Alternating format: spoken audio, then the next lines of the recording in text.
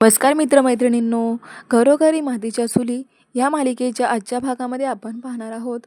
जानकी ही किचनमध्ये भाजी बनवत असते. तिथे आता ऐश्वर्या येते आणि म्हणते की तू इथे काय करत आहेस? तेव्हा मी भाजी बनवते. मग गुलाब काय करत आहे? जानकी म्हणते गुलाबला काही भाजी बनवता येत नव्हती म्हणून मीच बनवायला घेतली आहे.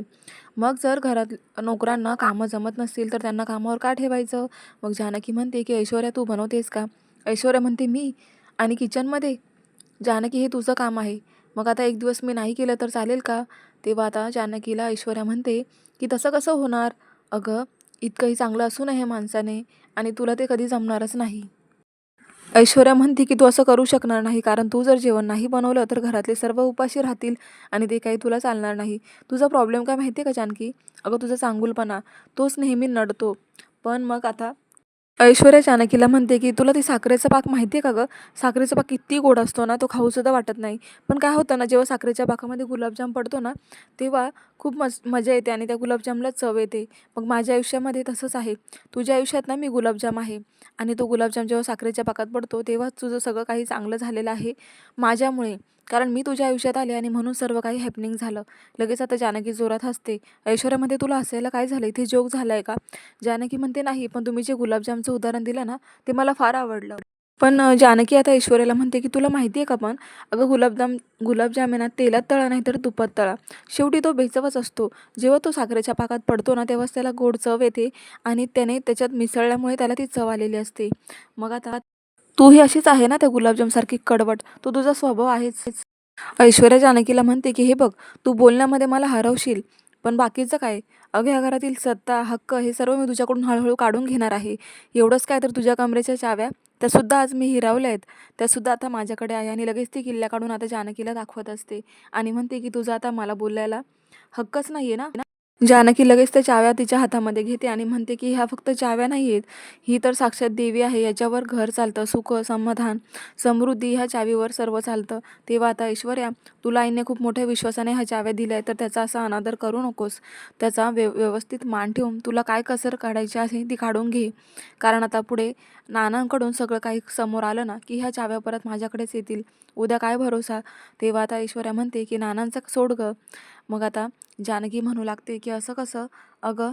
जानकीला राग आलेला असतो. जानकी म्हणते, "ऐश्वर्या खरंच सांग, नानांचं ते खोटं मृत्यूपत्र तूच बनवलं आहेस ना? तुझा कडवटपणा मला माहिती आहे. तू तर स्मार्ट तर आहे गं ऐश्वर्या, पण काय आहे ना तुझ्यामध्ये थोडा चांगुलपणा असता तर बरं झालं असतं." तेव्हा आता ऐश्वर्या गप्प असते. तर जानकी म्हणते, "तू बोल किंवा नाही बोल, मला माहिती आहे हे कटकारस्थान तूच करतेस. तेव्हा मला तर वेगळं बोलायला लावू नकोस. याचे परिणाम काय होणार आहे हे तुला चांगलंच माहिती आहे." तेव्हा आता जानकी तोऱ्यातच तिचा साडीचा पदरा डोक्यावर घेते आणि तिथून निघून जाते.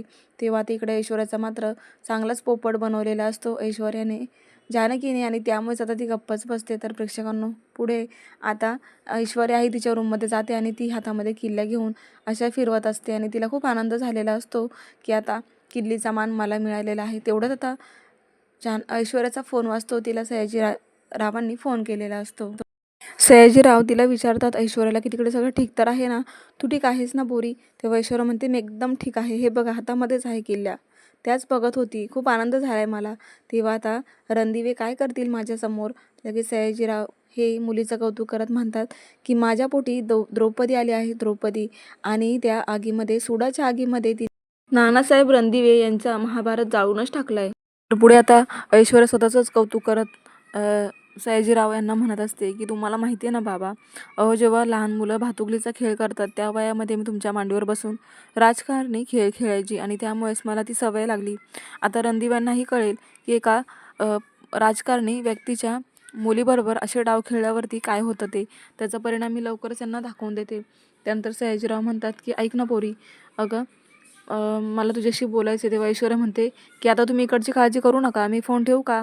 तेव्हा सयाजीराव म्हणतात, की "नको, माझ्या बाजूला शहाणे वकील बसला आणि मी आता फोन स्पीकरवर टाकतोय, तेव्हा बोलून घे शहाणे वकिलाशी." असं सयाजीराव म्हणतात. आता शहाणे वकील हे खूप घाबरलेले असतात. ते म्हणतात, की तुम्ही मला काय करायला लावताय हो? एवढ्या वर्षांनंतर मी पहिल्यांदा खोटं बोलले तुमच्याकडे पाहून. पण मला तर आता ह्या गोष्टीची भीती आहे, की नानांना जेव्हा शुद्ध येईल तेव्हा माझं काय होईल? मी कसं तोंड देणार आहे त्यांना. लगेच आता ते दोघंही धमकवायला लागतात, ऐश्वर्या आणि सयाजीराव. ये तू तोंड बंदच ठेव, आता तुझ्या तोंडावर आहे ना तुळशीपत्र ठेवून तुझं तोंड कायमचंच बंद करू. तेव्हा आम्ही जे सांगतोय ना आमचं गपगुमान ऐक, तुला लागेल तेवढे पैसे आम्ही देऊ, असं म्हणून धमकावून आता ते शहाणे वकिलाला चांगलाच सुनावतात सयाजीराव आणि ऐश्वर्या. त्यानंतर आता ऐश्वर्या फोन ठेवते, तर इकडे शहाणे वकील खूप घाबरत असतो. तो म्हणतो की मला तुम्ही काय करायला लावलंय, तेव्हा आता तुला सांग किती पैसे हवेत, असं सयाजीराव म्हणतात. तर शहाणे वकील म्हणतो मला पैसे नको आहे, मी आधीच सांगितले. तेव्हा तुला फॉरेन ट्रिपला जायचं आहे का, जज मॅडमला घेऊन, असं ते म्हटल्यावर अजूनच शर्मेने मान खाली शहाणे वकील बसलेले असतात. तेव्हा आता सयाजीराव पुन्हा आता शहाण्या वकिलांच्या हातावर भली मोठी रक्कम ठेवतात आणि म्हणतात तोंड बंदच ठेवायचं आणि चालते व्हा इथून. तेव्हा आता शहाणे वकील निघून जाते. तर इकडे आता सौमित्र घरी आलेला असतो आणि अवंतिकाला तो म्हणत असतो, अवंतिका तयारी कर, आपल्याला आत्ताच्या आत्ता घरी जायचे. तेव्हा अवंतिका म्हणते, अरे असं अचानक का जायचे, आणि आपण इकडे असंच थोडी ना राहतो, आपल्याला काम आहे, तुला ऑफिसचं काम आहे, मला इकडे लक्ष द्यावं लागतं, म्हणून आपण इथे राहतो ना, मग तुला असं अचानक घरी का जायचे. तेव्हा आता अगं ऐक, मी फोनवर बोलत होतो आणि फोन हा स्पीकरवर असताना मी सर्वांचं बोलणं ऐकले. ते व्हील वाचल्यानंतर मला कुठेतरी संशय आलाय, त्या व्हीलमध्ये काहीतरी गडबड आहे. तेव्हा अवंतिका आपल्याला तिथे जावंच लागेल, दादा आणि बहिणीचा प्रश्न आहे, प्लीज नाही म्हणू नको. पण तरी अवंतिका म्हणत असते की अहो पण कसं शक्य आहे. तेव्हा आता सौमित्र तिला तयार करतो आणि फायनली आता अवंतिका जाण्यासाठी तयार होते. पण ती म्हणते की आता रात्र खूप झाली आहे, तेव्हा आपण सकाळी लवकर निघूयात, असं म्हणून सौमित्राला आता आनंदच होतो. मग सौमित्र म्हणतो, बरं तू जसं म्हणशील तसं, आपण सकाळी लवकर निघूयात. मग आता दुसरीकडे सुमित्रा ह्या नानांसमोर बसलेल्या असतात. त्या खूप रडत असतात, कारण आता त्यांना काही जुन्या आठवणी आठवतात की तुम्हाला माहिती आहे ना, अहो जेव्हा आपली मुलं लहान होती तेव्हा त्यांना भाजी नाही आवडली की तुम्ही त्यांना बाहेर घेऊन जायच्यात फिरायला आणि त्यांना खाऊ घालून आणायचे, त्यांना तुम्ही बिर्याणी खाऊ घालायचे. आणि तेव्हा मी काय म्हणायची की आता मुलांच्या सगळं काही मनाप्रमाणे होते, पण जेव्हा मुलांची लग्न होतील तेव्हा माझ्या सुना येतील आणि मग माझ्या सुना ही पद्धतच मोडून टाकतील, कारण त्या धपाटीने कसंही करून मुलांना घरचंच अन्न खायला लावतील. पण आता तर चित्र काही वेगळंच आहे. काय चुकलं हो माझं, मला अशा सुना मिळाल्या आहेत. ऐश्वर्यालापासून तर माझी तर बोलतीच बंद झाली आहे. कोणाची बाजू घ्यावी आणि कोणाची नाही तेच कळत नाही आहे. ह्या सुनांचं काय चाललं आहे, नुसत्या भांडणं करतात आणि मी तर एकटीच पडलेले आहे. मला तर कोणी नाही साथ द्यायला. तुम्हीसुद्धा आता अशा अवस्थेमध्ये आहात, काय करायचे मी. तेव्हा आता देवी प्लीज माझ्यावर काहीतरी कृपा कर आणि नानाला लवकर शुद्ध येऊ दे, मी खूप एकटी पडली आहे गं. मी काहीतरी पुण्य केलं असेल तर खरंच काहीतरी चमत्कार घडवा आणि नानांना लवकरात लवकर शुद्ध यायला हवी आहे. तेव्हा आता अचानक देवीचा खरोखर चमत्कार होतो, कारण इकडे नानांच्या हाताची हालचाल चालू होती आणि ते आता सुमित्राच्या लक्षात येतं. तेव्हा सुमित्राचं लक्ष जातं की नानांच्या हाताला थरथरल्यासारखं होते, म्हणून ते आवाज देऊ लागते आणि म्हणते की नाना तुम्हाला शुद्ध आली का. अहो मी घरच्या सगळ्यांना सांगून येऊ का पटकन, खरंच तुम्हाला जाग आली ना. आता नाना डोळेसुद्धा उघडण्याचा प्रयत्न करत असतात आणि हे पाहून तर सुमित्राला फार आनंदाचा धक्का बसतो. ती लगेच म्हणते की नाना 1 मिनिटं मी आलीच, घरच्यांना सांगते.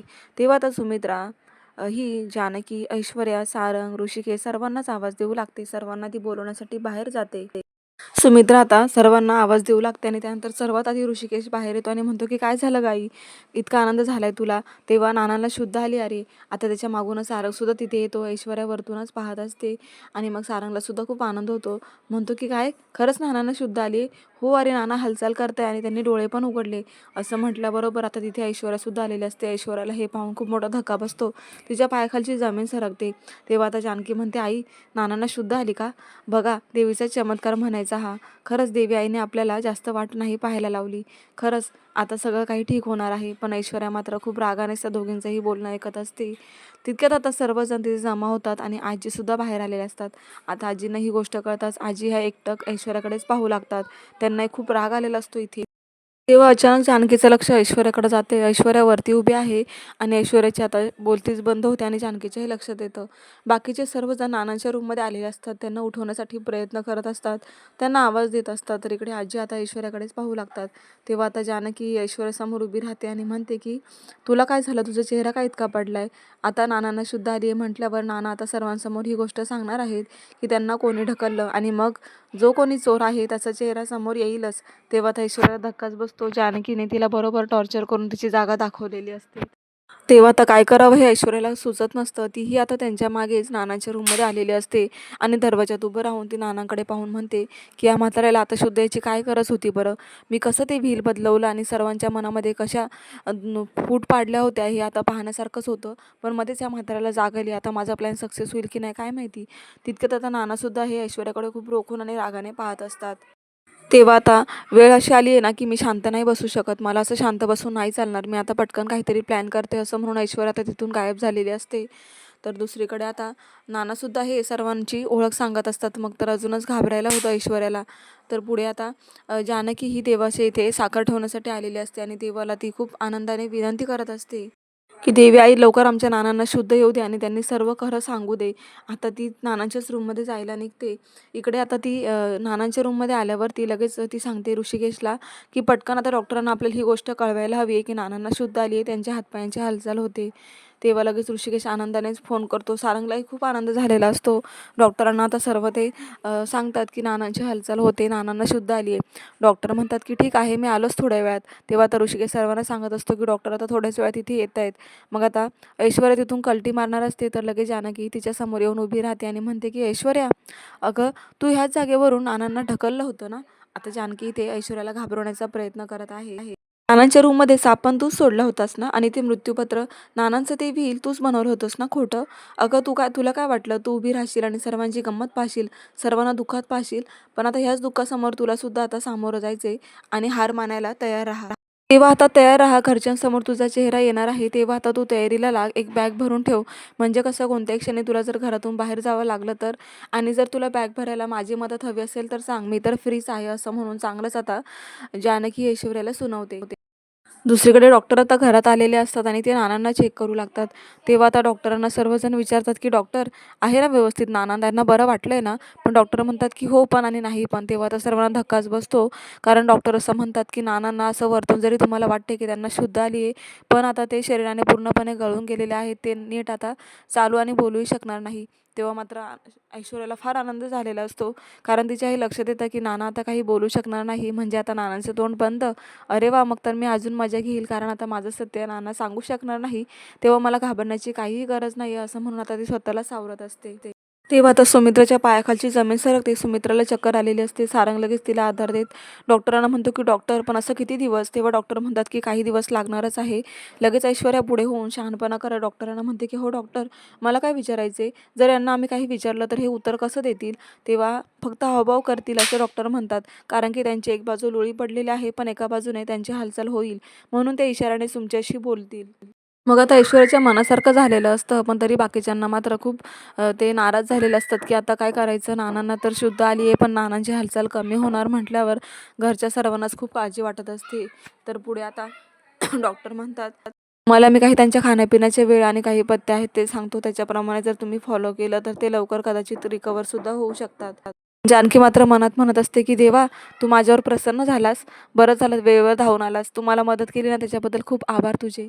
तर दुसरीकडे जानकी ही देवासमोर प्रार्थना करण्यासाठी बसलेली असते. जानकीला खूप आनंद झालेला असतो कारण नानांना शुद्ध आली, म्हणून ती सुद्धा देवाचे आभार मानत असते आणि म्हणते की देवा, तू वेळेवर मला किती छान चमत्कार घडवून आणला आहेस. तुला माहिती आहे का आता किती गोष्टी बाहेर येणार आहेत. पण आता ऋषिकेश हा जानकीकडे आलेला असतो आणि देवासमोर बसलेल्या जानकीला तो म्हणतो की डॉक्टर आले होते जानकी, डॉक्टरांनी काय सांगितले माहिती आहे का. तेव्हा जानकीला हे ऐकायचं असतं. ती म्हणते की काय म्हणाले डॉक्टर. तेव्हा आता ऋषिकेश म्हणतो की नानांची हालचाल तर होते पण नाना काही दिवस बोलू शकणार नाहीये. तेव्हा आपल्याला नानांची खूप काळजी घ्यावी लागेल. जानकी जानकी म्हणते अहो त्यांना शुद्ध आली नाहीच आपल्यासाठी खूप आहे, त्यांना रिकवर कसं करायचं ते आपण आहोस ना पाहायला.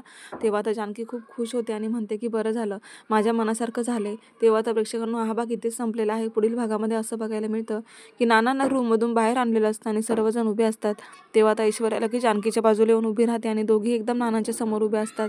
तेव्हा आता ऐश्वर्या म्हणते की सांगा आता नाना, तुम्हाला एवढं तर माहीत आहे ना की तुम्हाला वरतून कोणी ढकललं. सांगा कोणी ढकललं तुम्हाला, बिलकुल घाबरू नका. जानकी म्हणते की नाना, तुम्हाला घाबरण्याची काहीही गरज नाही, सांगा आता तुम्हाला कोणी ढकललं.